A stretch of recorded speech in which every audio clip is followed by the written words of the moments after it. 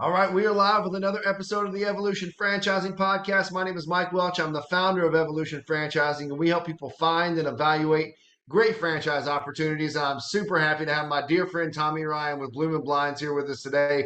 I've known Tommy for many years. We've worked on some projects very closely together. Tommy, thanks for being with us today. Really appreciate the time, bud. Michael, happy to be here. Happy New Year to you, pal. Thanks for having me. Yes, absolutely. Happy New Year's to you. So why don't we start off by maybe a little introduction and share a little bit about your background? Awesome. Well, as you said, you and I go back a little ways. So we are rapidly becoming the old guys in the industry, Mike. I never thought That's those all right. never thought those words would come out of my mouth, buddy, but it's upon us. So, It I've means we been both lived long enough to gain that title, Tommy. yeah, that's right. That's right. So, I've been in franchising ever since the very beginning of my career. When I was in college, my dad bought a master franchise business. Both of Mike and I both live in Minnesota. He bought it out in the Mountain West, Colorado, Utah, Montana, and Wyoming. And it was his first go in franchising. He had been kind of a corporate executive and was outplaced like so many people are when he was about 55 years old. And I got involved with him. There was a store that had opened up on campus that I ended up going to apply for a job, get a job. They named me manager. So I'm running this retail franchise business for the dad and daughter that own this company. And it was the same brand that my dad was getting ready to launch out in Colorado. So managed the store for 2 years, kind of learned the tricks of the trade. And then after college, I moved out to Denver and went to work for my dad for about 5 years. And we grew that brand to about 40 stores in our 4-state region. Ultimately, that led to me falling in love with the industry. My dad sold the company, and I then kind of began the second act of my career doing national franchise development for brands like I do now with Bloomin' Blind. So I've been in Awesome. it a time, man. Yeah. Grew up in the business. Now, Tommy, with regards to Bloomin' Blinds, we're going to dive into that for sure. But there's an overarching organization that's kind of the catalyst for growth for a lot of different franchise companies, and that's the Franchise Fast Lane. So maybe talk a little bit about what's going on with the Fast Lane, then we'll drill down into Bloomin' Blinds. Absolutely. Yeah. So very proud to be a member here of Franchise Fastlane. We're based in Omaha. We are the largest franchise sales organization out there. Today, we represent 22 brands. We're getting ready to Wow. launch our 23rd and 24th. But think about us as like specialized franchise development, outsourced franchise development for the select few. So the way I kind of describe it is we are looking to help the next kind of blue chip potential brands meet their potential. We primarily operate in the home services space, but not exclusively. We have a donut food truck business. We have a fitness concept, but most of our brands operate in the home service space. And I am very proud to have started my career here at Franchise Fastlane, helping a great brand of ours called Bloomin' Blinds expand. I've recently brought on a guy on the team that's going to be running that brand, and I'm getting ready to launch a couple of new brands here in the new year. So it's been a heck of a ride. Awesome. Well, once those launch, we'll have to get you back on here to talk about those guys. But for today, let's talk about Bloomin' Blinds. I absolutely love this business. It's really unique, and I don't want to steal your thunder. So maybe talk to us a little bit about Bloomin' Blinds, the history of it, and what makes it different out in the marketplace. Absolutely. So a mobile window covering franchise concept. So we don't operate out of brick and mortar or retail or showrooms. It's really all operated out of the van and in our customers' homes. What's really unique about Bloomin' Blinds is everybody in this industry, whether it's a big box store, another mobile window covering company, or even showroom or online retailer for window coverings, the reality is, Mike, we all sell the same stuff. We all buy the product, same 5 or 6 manufacturers. We all buy it for roughly the same price, and we all sell it for roughly the same price. The difference is really in the service that we deliver. So every company that operates in the window covering space obviously sells window coverings. Some of those companies offer install, but virtually all of them will install via a contractor model. Hmm. And none of them service window coverings or do repairs. You know how hard it is to buy window coverings at Home Depot, Tommy? Like, I mean, you go there and you're like measurements and the sizes and the color and does this match anything? And is this the right product? You guys have kind of Uberized the purchasing of window coverings. You come to the house in the van, you've got samples. It's a professional who knows what they're talking about, right? That's exactly right. And if you've ever done it yourself, like I have as well, I guarantee Never. you've made more than one trip to Home Depot. You've done it yourself. Because what happens is you almost always measure wrong. You measure the top of the window opening, but you don't measure the bottom. And hey, it turns out there's a half an inch difference, right? It's incredibly infuriating. So you're exactly right. We've really built a business model so that we can be the one-stop shop for window covering needs. So not only are we going to work with all of those manufacturers, we don't just lean on one of them. We want to be really a full product catalog company, whether that means motorized wood shutters or it means cheap vinyl blinds for your kid's basement bedroom. We don't care. We just care that whatever you need, you buy it from us. But truly, where we've been able to step that up is the service side. Because as I said, everyone's willing to sell. Some people will install, nobody will repair. We love the repair part of the business. It gets us into people's doors, and a $200 repair can turn into a $16,000 whole home job. So you guys offer repairs as a loss leader then, You know what? And it's not a bait and switch. Let me be clear right? on that, because there's absolutely value for our franchise owners. It's virtually all margin. It's a little bit of labor, a couple of bucks in parts, and we can save the customer a meaningful amount of money to do those repairs. But what that leads to is about 40% of the time, our repair customers also become new window covering customers for us. Absolutely. And it makes perfect sense. I mean, again, as a consumer, I think about what I used to have in my apartments when I was younger in my first house. It was the vinyl, this guy and then this guy, and then you pull it that way well, now it's, it's right here's my shade. It's up and down and it's, all looks like an organ. And there's some in here that you can click a button and they open. I We've mean, I can. we've removed the aerobics from it, which is the only unfortunate part. Really, you were getting some good movement there, but you're dead on. I mean, the reality again, because we're buying these for the same price as everybody and selling them for the same price as everybody, is the premium is on us coming in and taking care of it for you and ensuring that Exactly. it's at the right time, ensuring the customer knows what the heck they want. Because the reality is 9 times out of 10, with all due respect, they don't, because they're not thinking about all of the things that they might need: privacy, sun protection, aesthetic appeal. They're thinking maybe of one of them, but not all of them. So we help find that solution.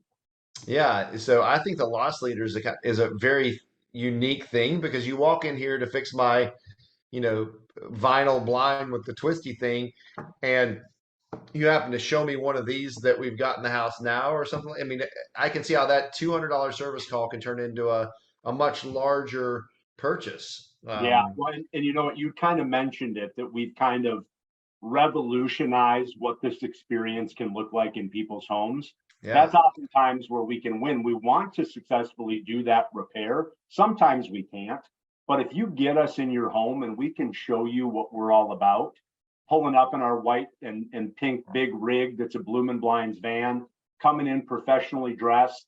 We are the clean white glove in-home service. And when we walk in with a iPad Pro and a laser measuring device instead of a pencil behind our ear and a steel tape measure, right off the bat, it exudes confidence that, hey, maybe these guys know what they're doing. I should look to them as a solution for my other windows.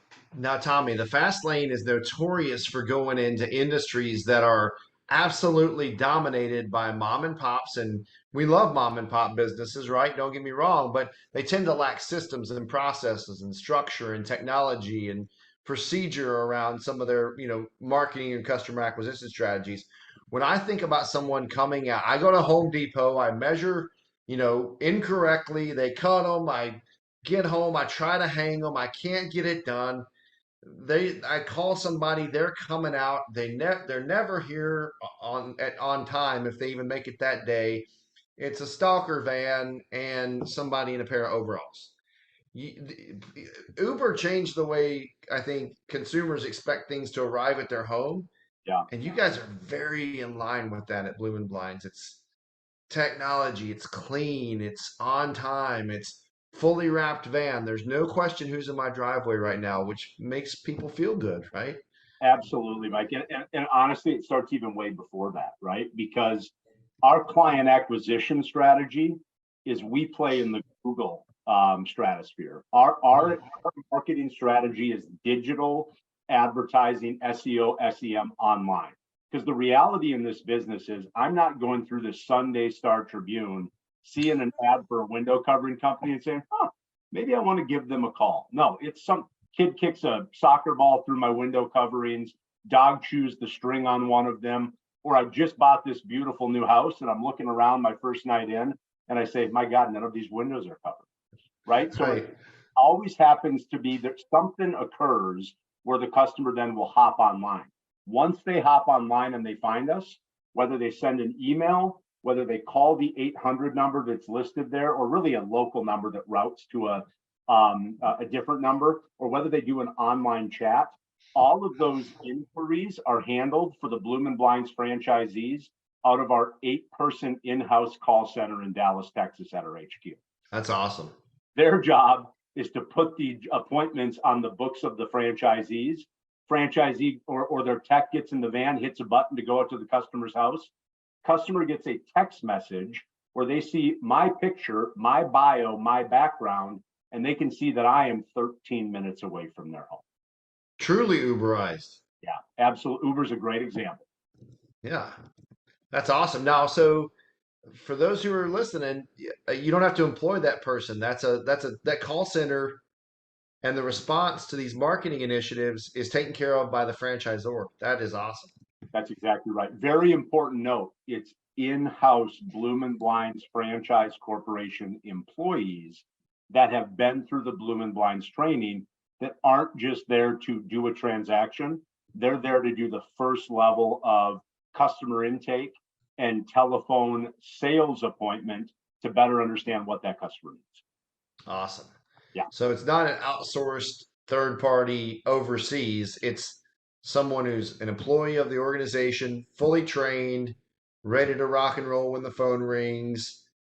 Half the education, a lot of the education is done before the technician ever shows up. Now, who is the technician, Tommy? Is it the owner? Is this a man in the van with a plan kind of a franchise, and it can or it can absolutely be Chuck in a truck, I like to refer, right? It can be the yep, owner operator that has bought themselves a business, but they've also kind of bought themselves a job. We're not afraid to admit that because the reality is in our business, there's such good margins and financial opportunity that it works. A lot of our operators get into the business thinking maybe they'll start in the van and then replace themselves. And they're just having so much fun out there in the community, interacting with people and putting good money down to the bottom line. So absolutely, we're a brand where we are very happy to welcome owner operators. okay, On the flip side, I actually tell people we kind of employ 3 models. The second model would be the franchisee that is going to be active full time in the business, may start in a van, but really wants to do multiple service territories at once and wants to hire and run additional vans with the ultimate goal of I'm really only getting in the van to learn the business. And I'm going to pull myself out of it into more of a directorial role where I've got technicians that are running those vans. and then they're in khakis and a golf shirt at the Chamber of Commerce event, networking, singing the song, telling the story, evangelizing the business. Exactly right. The Okay, third option would be the executive model. You and I know commonly called semi-absentee. I hate that term. I'd love if we could get that term out of our vocabularies. And the reason is nobody hears semi, they hear absentee. right. Right. It just kind of makes you It's think, okay, I'm going to make the investment and I'm going to ride out into the sunset. Are you This saying that model, this is not a Ron Popeil countertop rotisserie? We can't just set it and forget it. I don't love the term either. it's not a, It's the one that seems to be the prevailing term, so I fall in line and use it. But I much prefer the term manager run. absolutely manager run, executive, call it what you want. But the idea is you're going to be more investment forward And the reality is you're not building this for short-term financial gain. You're building this for what it can look like 2, 3, 4, 5 years down the road, where you've got an engine that's running on all cylinders, and it requires very little of your time because of the management and personnel that you've put into place. So we're great with all three, Mike. It's very personal to the franchise. Sure. It's very personal to the market.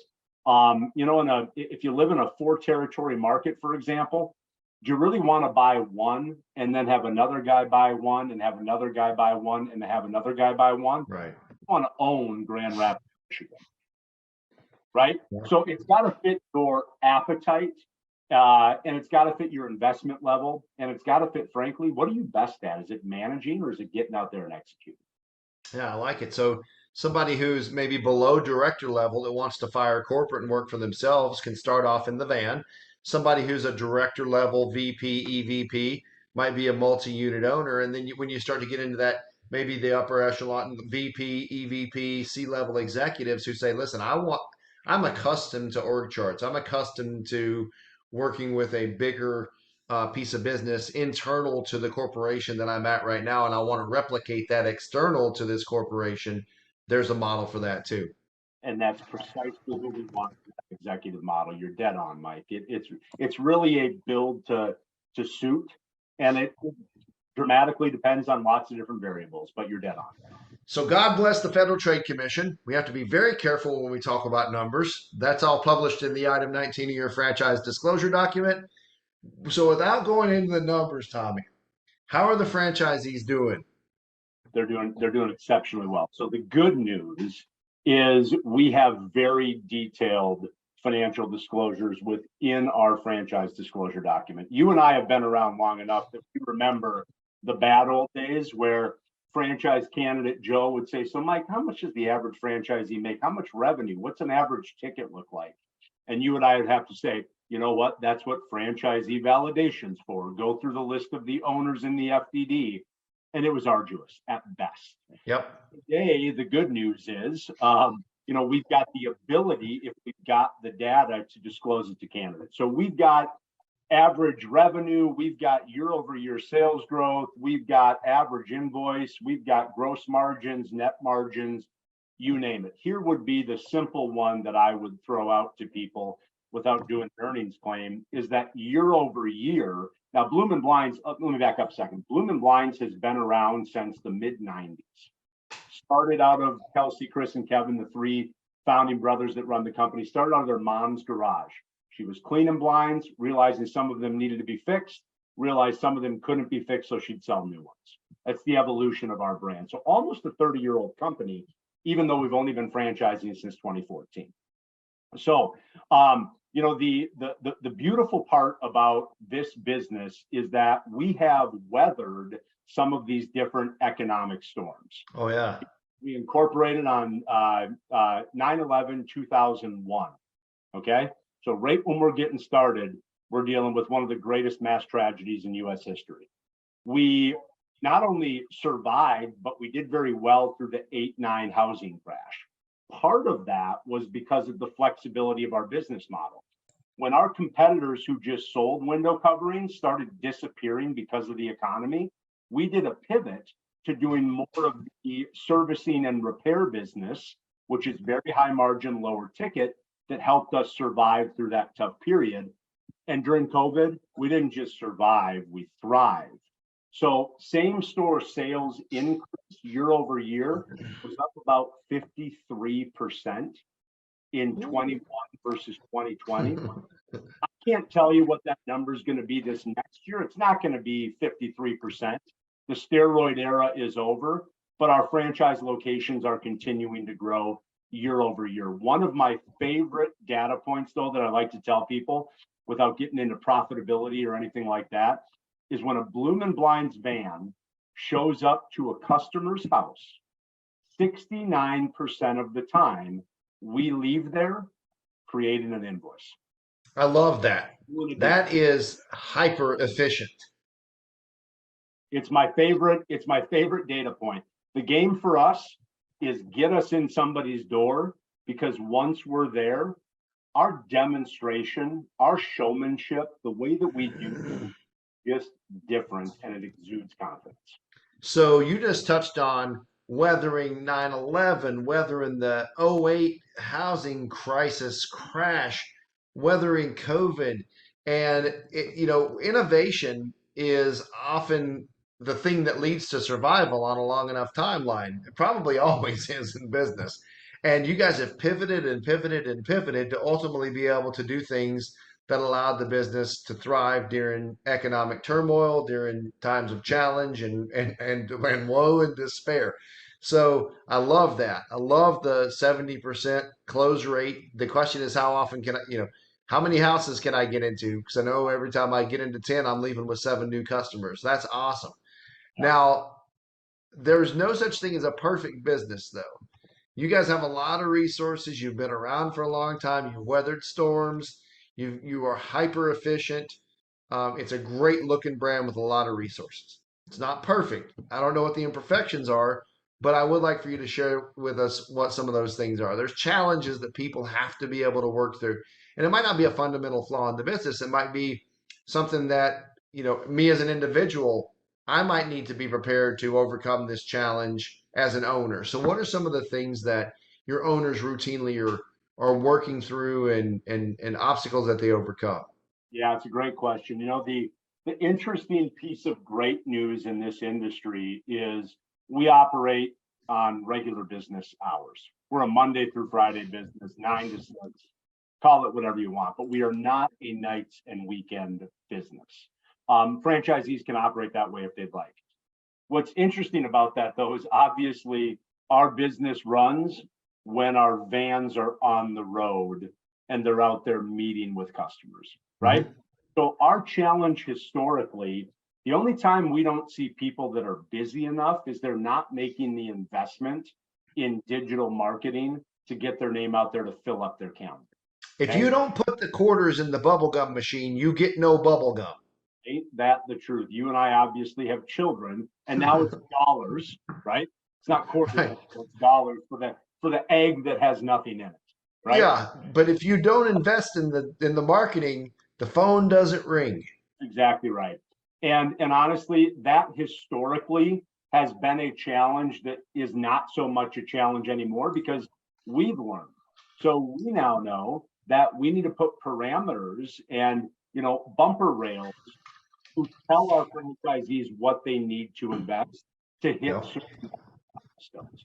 One of the things I love about the marketing partner that we use, Scorpion, that helps all of our franchisees with their digital advertising, they'll look at someone's market, do a competitive analysis on it, and they'll say, okay, here's your good investment monthly option, here's your better option, and here's your best option. Best option might get you page 1, position 1. Good option might get you page 1, position 10. So we're able to help people understand in your market specifically, what kind of an investment do you make? So, but going back to your question, Mike, honestly, it's about, we're looking for go-getters. We need people that are competitive. We need people that understand that if they take a week off in the middle of summer, unless they have somebody on their team that's going to run that van and handle that business, your business is stagnant for a week. Mm-hmm. So you get in our business what you put into it. And we're seeing our franchisees have just really enjoyed a great market. And they're even still today enjoying a great market, Mike. We're not building homes like we used to. That concerns some people. It's actually my favorite thing that's going on in the economy right now for this business, because a lot of times people thought you had to be in a high growth area to be successful. Well, the reality is Americans move every 7 years. Mm-hmm. Every time that house sells, it's an opportunity for me as a Bloomin' Blinds franchisee, because they may like the floors, they may like the master bath, they may like the kitchen counters, they may hate the window coverings. So it's not just new development. There's a lot of remodeling opportunity as well. Yeah, it makes perfect sense. I mean, you think about affordable, like intense upgrades to a home: flooring, kitchen, bathroom, paint.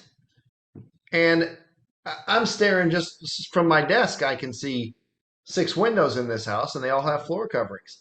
You change these, and it would change the overall look and feel of the home. And so there's a tremendous opportunity for you guys in that space. Now, what I think there's going to be multiple answers here, Tommy. What's a dream candidate? I think there's three, maybe. There's There three really are. avatars.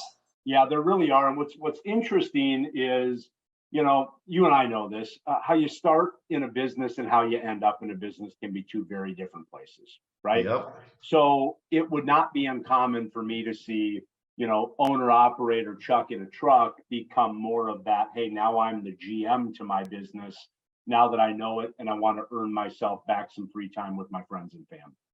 So you kind of mentioned it. Like, let's start with the executive side.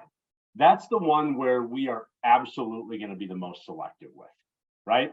Because you may think that you want to start a business on the side and you want to do this and you can make the investment. But you know what? If you don't have management experience, if you've never led an org chart, if you've never managed a P&L, how are you going to be able to find somebody that can do that for you while you keep your day job, right? So we really do need that executive leader, the high level thinker, the person that understands I need to be more investment forward. I'm looking for my return years down the road. It's not about breaking even or putting money back in my pocket at month 6. That's the kind of executive that we're looking for if someone's going to come in and do 3, 6, 9 territories with us. The number one most important thing for that executive operator to do is recruit and retain absolute rock star general manager that's going to run that company for you. Yeah. Now, we have done that at Bloomin. So interestingly, Kelsey, Chris, and Kevin, they own the Austin, Texas market, and they've had it for about 2 years. The only reason they have that, it's their test kitchen for the executive model. Yep, love that. And in very short order, that has become a top 3 location for us in our entire system. So we've proven the model, and we've hired a really good GM that we pay a 6-figure salary to. Yeah. On the owner operator side, that person can come from a wide variety of backgrounds. The thing that we care the most about is, are you a go-getter? Are you an expert communicator? Do you understand the value and the need to deliver exceptional customer service, to do the right thing when you're in somebody's home? Those people win in our business every day. And this industry is not full of people like that. Right. Okay. So we are very kind of loosey-goosey from a resume perspective, so long as you check the boxes of expert communicator, driver, go-getter, willing to do whatever it takes to get out there and win. And then the middle model would be the franchisee that's going to be involved, but is going to build a team either right away or very quickly. We're looking for a little bit of a mashup. Don't need to be a CEO, don't need to be a CFO, but I'd sure like to have you have some kind of director or VP level experience, built a small team, understand what recruiting and hiring and motivating a team looks like, but you don't need to certainly come from, a senior VP level at a Fortune 500 company. I love it. And I absolutely love this business. I love you to death. I love the franchise fast lane. So here we've got a terrific business to consumer home services concept. I guarantee you it's a very modest investment. They've got a terrific item 19. They've got terrific leadership, and a spectacular vice president in Tommy Ryan. So Tommy, on our way out here, any parting thoughts for the people that are still hanging on at the 30-minute mark or so, wherever we're at here? I just it's an honor to be on here with you.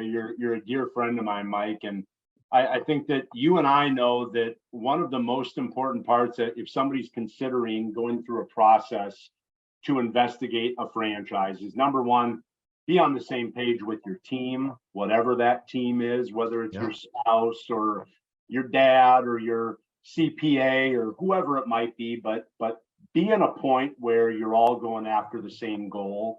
It's kind of like, don't go to a dealership if you're not ready to buy a car, right? We all know what happens when you go to a dealership. So make sure you've got a good team, and whether that includes, a franchise consultant like yourself, just be prepared, be open-minded. It's going to be a little weird going through a franchise discovery process for the first time, but I promise you the reward, if you can find that independence and financial freedom, is immeasurable. as you well know as well, my friend. So no, thanks for having me on, and it's always a pleasure to support you and what you're doing. You're one of my favorite guys, pal. I appreciate it, buddy. Thank you so much. So thanks for watching, everybody. And Tommy Ryan, thanks for being here today, bud. Take care. Happy New Year. Thanks, guys.